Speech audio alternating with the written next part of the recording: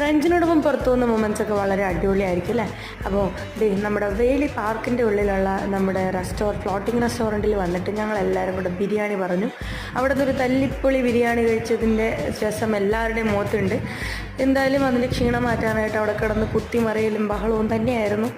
കുത്തിമറയിൽ കഴിഞ്ഞപ്പോഴേക്കും ബാക്കിയുള്ള എല്ലാ ടീമും എത്തിക്കഴിഞ്ഞു. അപ്പോൾ ഞങ്ങളുടെ ബാക്കി ഫ്രണ്ട്സും എത്തി. ഞങ്ങളെല്ലാവരും കൂടെ ആ ബിരിയാണിയുടെ ക്ഷീണം തീർക്കാൻ ഐസ്ക്രീം കുടിച്ചു.